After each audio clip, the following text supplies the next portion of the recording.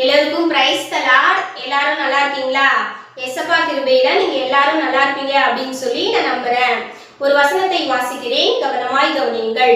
ரோமர் 12ஆம் அதிகாரம் 21ஆம் வசனம். நீ தீமையினால் வெல்லப்படாமல் தீமையை நன்மையினால் வெல்லு என்று சொல்லி எழுதப்பட்டிருக்கிறது. இந்த வசனத்தை குறித்துதான் இன்றைய தினத்துல நாம் சிந்திப்பதற்காக இருக்கிறோம். பொதுவா ஒரு பழமொழி சொல்லுவாங்க, நான் நல்லவனுக்கு நல்லவன் கெட்டவனுக்கு கெட்டவன் அப்படின்னு சொல்லி சொல்லுவாங்க. ஆனா பைபிள் நமக்கு என்ன சொல்லுது அப்படின்னா, நீ நல்லவனுக்கு நல்லவனாகவும் கெட்டவனுக்கு நல்லவனாகவும் இருப்பா அப்படின்னு சொல்லி தான் பைபிள் நமக்கு வலியுறுத்துது. பொதுவா மனிதர்களுடைய மனநிலை எப்படிப்பட்டது அப்படின்னா, நமக்கு யாரெல்லாம் நன்மை செய்கிறார்களோ அவர்களுக்கு தான் நாமும் நன்மை செய்வோம், நமக்கு யாரெல்லாம் தீமை செய்கிறாங்களோ அவங்களுக்கு தான் நாமும் தீமை செய்வோம். இதுதான் மனிதர்களுடைய மனநிலை.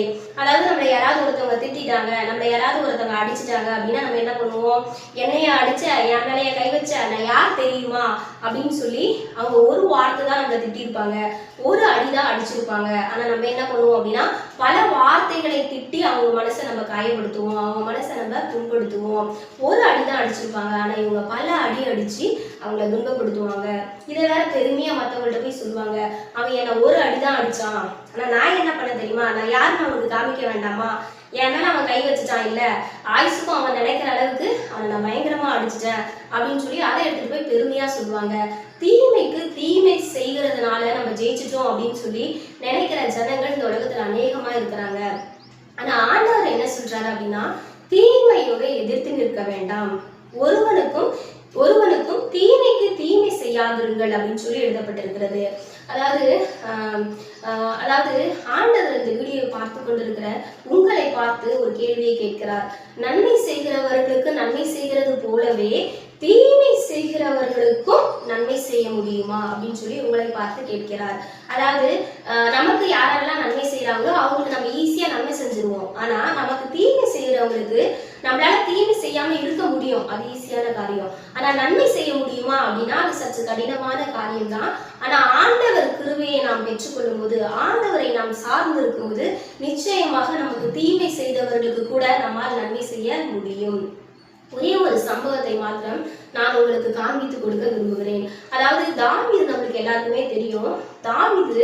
தாவீதை எப்படியாவது கொன்று போட்டுறணும் அப்படின்னு சொல்லி சவுல் ராஜா தாவீதை பின்தொடர்ந்துட்டே போவாரு. ஆனா ஒரு நாள் என்ன பண்ணுவாரு அப்படின்னா, கர்த்தர் தாவீதனுடைய கையில சவுலை ஒப்பு கொடுத்திருப்பாரு. ஆனா தாவீது என்ன பண்ணுவாரு அப்படின்னா, சவுலை கொன்று போட மாட்டாரு.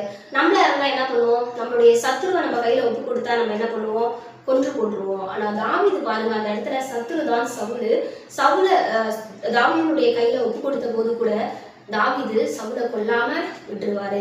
அப்ப பாருங்க, ஒரு நாள் சவுல் தாவீது கிட்ட வராது, தாவீது என் குமாரனாகிய தாவீதே, நீ என்னை பார்க்கிலும் நீதிமான், நானோ உனக்கு தீமை செய்தேன், நீயோ எனக்கு நன்மை செய்தா அப்படின்னு சொல்லி சவுல் அழுதுகிட்டே தாவீது கிட்ட பேசுவாரு. பாருங்க, அந்த இடத்துல சவுல் எப்படியாவது தாவீதை கொன்றணும் அப்படின்னு சொல்லி பின்தொடர்ந்துட்டே போன சத்துரு தான்.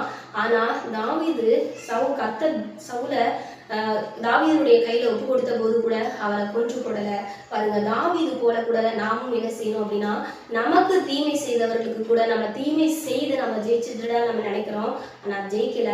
நமக்கு தீமை செய்தவர்களுக்கு நம்ம நன்மை செஞ்சா மட்டும்தான் நம்ம ஜெயிச்சிடுதா வசனம் அப்படி சொல்லுது, ஜெயிச்சதற்கு சமானம். இன்னொரு சம்பவத்தை கூட நான் உங்களுக்கு காண்பித்து கொடுக்க விரும்புகிறேன். ஆண்டவர் இயேசு கிறிஸ்துவும் பேதுருவும் சீஷர்கள் எல்லாம் நின்றுட்டு இருக்காங்க. அப்ப யூதாஸ் காரியத்து பிரதான ஆசாரியர்களும் ஜனத்தின் மூப்பர்களும் எல்லாரும் வருவாங்க, இயேசுவை காட்டி கொடுப்பதற்காக யூதாஸ் காரியத்தும் வருவாரு. அப்ப தீமை செய்த அந்த இடத்துல பிரதான ஆசாரியனாகிய மல்பூஸ் அப்படின்ற ஒரு மனிதன் வருவாரு. அப்ப பாத்தீங்கன்னா அந்த இடத்துல பேதுரு தன்னுடைய பட்டயத்தை உருவி மல்பூசனுடைய வலது காதை வெட்டிடுவாரு. உடனே நம்மளா இருந்தா என்ன பண்ணிருப்போம், அந்த இடத்துல ஏசப்பாவுடைய இடத்துல நம்மளா இருந்தா என்ன பண்ணிருப்போம், என் உயிர் நண்பன்டா நீ, எனக்கு ஒண்ணுதான் அவனுடைய ரத்தம் துடிக்குது பத்தியா அப்படின்னு சொல்லி, நீ உண்மையான என்னுடைய சீஷன்டா நீ பத்தியா, எனக்கு தீமை செய்த வந்தவனை நீ காதை வெட்டிட்ட அப்படின்னு சொல்லி நம்மளா இருந்தா தட்டி கொடுத்துருப்போம். ஆனா ஆண்டவர் பாருங்க, பேதுருவை கடிந்து கொள்றாரு. பேதுருவே, பட்டயத்தை உன் உரையிலே போடு, பட்டயத்தை எடுக்கிறவன் பட்டயத்தினால் மடிவான், பட்டயத்தை உன் உரையிலே போடு அப்படின்னு சொல்லி பேதுருவை ஆண்டவர் கடிந்து கொள்றாரு. பாருங்க, தீமை செய்த வந்த மல்கூஸ் தான். ஆனா ஆண்டவர் பாருங்க, தீமை செய்து வந்தவனுக்கு கூட அந்த வெட்டப்பட்ட அந்த வலது காதை ஆண்டவர் எடுத்து அந்த காதை மீண்டுமாய் சுத்தப்படுத்துறத நம்மளால பார்க்க முடியும்.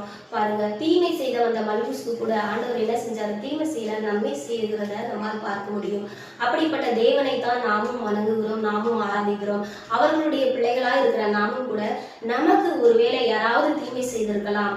நாமும் கூட தீமைக்கு தீமை செய்யாதபடி நமக்கு தீமை செய்தவர்களுக்கு நாம் நன்மை செய்வோம். நாம் நன்மை செய்யும் போதுதான் தேவன் அதில் பிரியப்படுகிற தேவனாய் இருக்கிறார். இந்த வீடியோவை பார்த்ததற்காக மிகவும் நன்றி. ஆமென்.